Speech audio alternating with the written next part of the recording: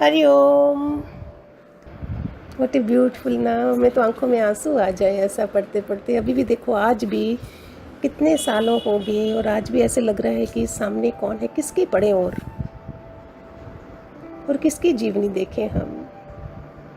उनको विदेश से समाचार मिला कि उनके मैनेजर ने दिवाला निकाल दिया है। लीला ऐसी हुई जो ऐसा राजा जो एक दिन ऐसा आया जो रास्ते में गुजर रहे थे तो जेब में नया पैसा भी ना था। प्रकृति की लीला देखकर शांत में बगीचे में एकांत में जाकर बैठे। आंतरिक खोज शुरू हो गई। आंतरिक खोज शुरू हो गई। सब क्या है? पदार्थों की नश्वरता का अंदर में बोध होने लगा। एक दिन एक ज्योतिषी ने दादा भगवान का हाथ देखकर कहा कि हाथ में राजाई लिखी हुई है। दादा भगवान ने कहा मेरी तो सारी राजाई ख़त्म हो गई है, अब क्या है? परंतु ये बात सच ही निकली। जो दादा भगवान ने ज्ञान की परम राजाई प्राप्त हो गई, राजयोग मिल गया उनको। ब्रह्म ज्ञान से सृष्टि के किंग हो गए। दादा भगवान को किसी प्रेमी ने आकर लाल जी गुरु ब्रह्म ज्ञानी की बात कही। वह प्रेमी गुरु को कराची में ले आया था। दादा भगवान को गुरु महाराज से मुलाकात हुई। सारे शहर में मालूम हो गया था कि ऐसे गुरु आया है जिसने कोई पहुंच ही नहीं सकता है। सब संत उनसे शास्त्र अर्थ के लिए गए, पर लाल जी भगवान के निश्चय पर नमस्कार करने लगे।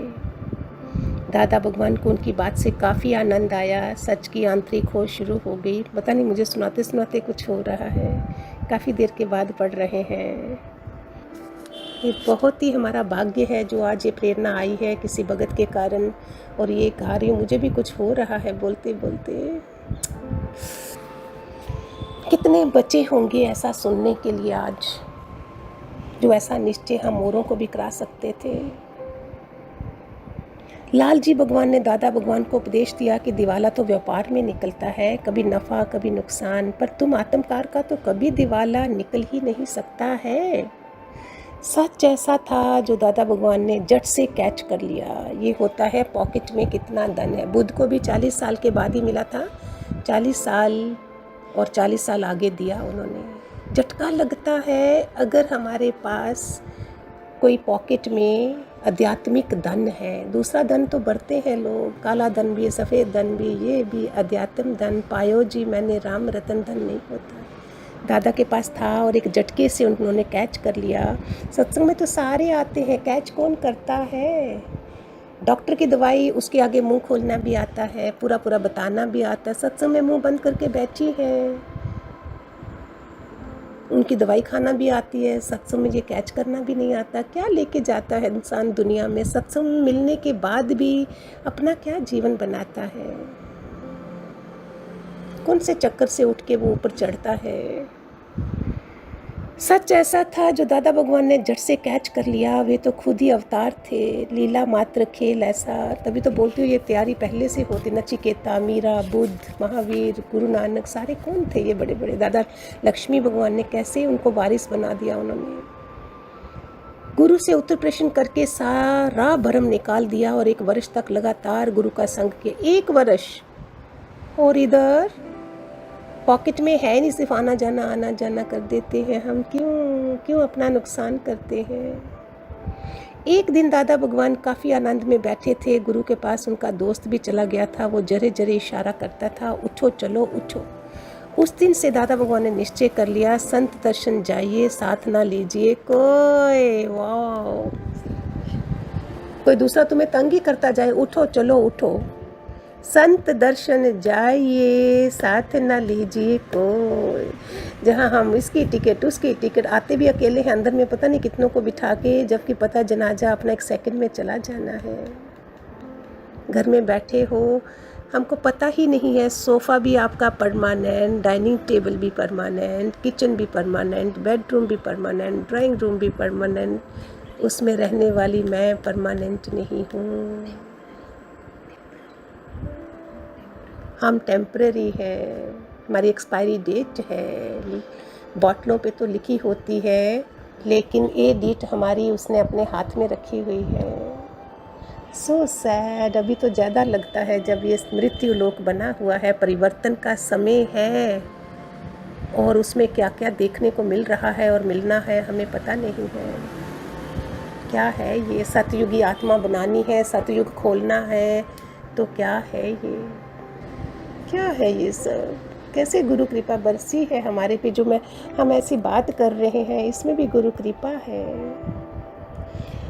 एक दिन दादा भगवान काफ़ी आनंद, उन्होंने बोला संत दर्शन जाइए, साथ ना लीजिए कोई। दादा भगवान को ज्ञान से इतना प्रेम हो गया, जो रोज़ गुरु का जो वचन सुनते उसमें एक अक्षर कॉपी में लिख देते, फिर उस एक वचन पर सारा भजन बना लेते और रोज़ गुरु को सुनाते। गुरु भी बड़े प्रेम में आ जाते, क्योंकि गुरु को ज्ञान की वारिस कौन होगा। और जो उन्नति करे, भगवान को संत रात को नींद में भी कोई भजन की पॉइंट याद आती, उसी समय उठकर लिख देते। इसको बोलते हैं निष्ठा। हर जन्म निष्ठा कहाँ रखी होगी? गुरु और ज्ञान में, वचनों में। तभी भगवान पैगंबर भी बनाता है ना। हमारे वी आर अंडर वॉच, हम सत्संग चुन रहे हैं, कितनों को चुनेगा वो, तैयारी कर रहा होगा इसमें। और कितने विष्णु होते हैं, बार बार ले हो रहा है। कैसे देवकी ने पता नहीं कितने विष्णुओं को जन्म दिया हुआ है। ऐसे ही वो चुनते हैं कौन शिष्य तैयार है, किसने अपनी पूरी मौत कर दी है, जो तैयारी हो उसकी नहीं होती है। और कलयुग में तो कोई नहीं मिलेगा। दादा भगवान गुरु के पास गए। दादा भगवान गुरु के शिष्य जो नीचे रहते थे, उन सब से अनुभव प्रकाश वचन विलास करके उनसे श्रद्धा ली, गुरु से पूरा ज्ञान लिया। दादा भगवान अपने जीवन की बात सुनाते थे। एक दिन गुरु के, पता नहीं क्या हो रहा है, मुझे सुनाते, काफ़ी देर के बाद हम भी पढ़ रहे हैं। गुरु से कहा आपके पास पाला आई थी। गुरु ने कहा कौन पाला? वह स्त्री उसी समय गुरु से मिलकर नीचे उतरी थी। गुरु जी तो अपना ही ना रूप देखे तो नाम रूप को कैसे जाने। दादा भगवान ने बताया कि पहले तो ये निश्चय ना हुआ, पर जब खुद अनुभव हुआ तो जाना कि कैसे नाम रूप भूल जाना है। बहुत अच्छा है, किसी प्रेमी का संकल्प होगा और मुझे दोबारा से जगाना होगा। जो सुनाते सुनाते आप लोगों को पता नहीं मुझे क्या हो गया है, मज़ा आ गया है। संकल्प पूरा हुआ, बहुत अच्छा लग रहा है। उनकी वाइब्रेशन फील हो रही है। ऐसा फील हो रहा है जो अभी बैठे हुए थे साथ में सुनाते सुनाते, कैसे प्यारे भगत होंगे किसी ना किसी कोने में। Thank you. Hari Om. God bless. भगवान करे जैसे मुझे फील हुआ है ऐसे आप में से भी कईयों को फील हो। ऐसे शरीर में जो कुछ घटना घट रही है कि ऐसा ज्ञान था और हमने किस में रख दिया, इसको कितना छोटा बना दिया। हरि ओम। God bless. दादा भगवान की खूब सारी आशीर्वाद। दादा लक्ष्मी भगवान की जीवनी भी सुनानी है, रिपीट हो जाएगी। हरि ओम।